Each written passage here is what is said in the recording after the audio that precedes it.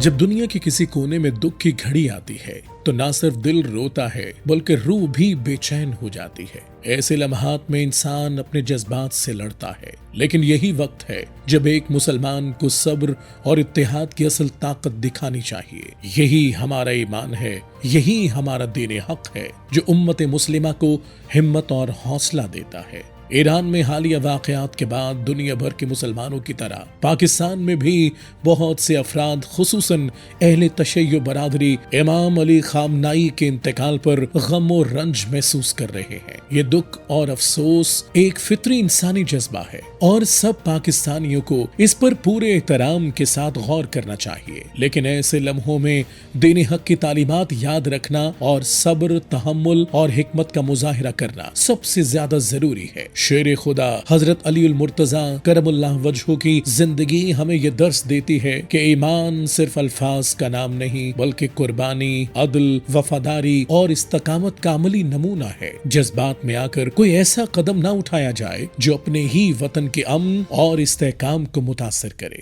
اسلام ہمیں یہی سبق دیتا ہے کہ مشکل گھڑی میں انتشار کی بجائے اتحاد کو ترجیح دیں۔ قرآن پاک میں واضح الفاظ میں کہا گیا ہے کہ صبر کرنے والے کامیاب ہوتے ہیں اور صبر مومن کی سب سے بڑی طاقت ہے۔ اللہ تعالیٰ نے قرآن میں فرمایا وَاعْتَصِمُوا بِحَبْلِ اللَّهِ جَمِيعًا وَلَا تَفَرَّقُوا، اور سب مل کر اللہ کی رسی کو مضبوطی سے تھام لو اور تفرقہ میں نہ پڑو۔ اسی طرح اللہ تعالیٰ نے ارشاد فرمایا یا ایھا الذین آمنوا استعینوا بالصبر والصلاۃ ان اللہ مع الصابرین، اے ایمان والو صبر اور نماز کے ذریعے مدد طلب کرو، بے شک اللہ صبر کرنے والوں کے ساتھ ہے۔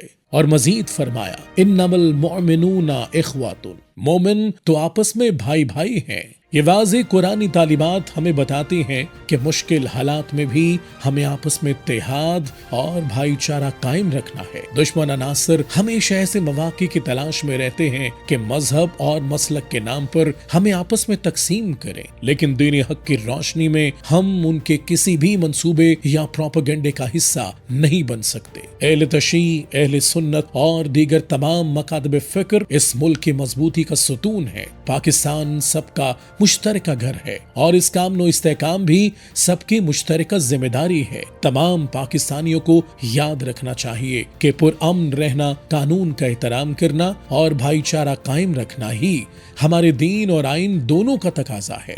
آج ضرورت اس امر کی ہے کہ ہم اپنے جذبات کو نظم و ضبط کے دائرے میں رکھتے ہوئے ملک دشمن قوتوں کو واضح پیغام دیں کہ پاکستانی قوم متحد ہے اور متحد رہے گی۔ ہمارا اتحاد ہی ہماری سب سے بڑی طاقت ہے اور پرامن رہنا ہی ہر شرانگیزی کا نہ صرف سب سے مؤثر توڑ ہے بلکہ یہی دین حق کی عملی رہنمائی ہے اور یہی حقیقی طاقت ہے، کیونکہ یہی دین حق کی حقیقی تعلیم ہے اور یہی راستہ ہے جس پر چل کر ہم اپنے ملک اور امت کی حفاظت کر سکتے ہیں۔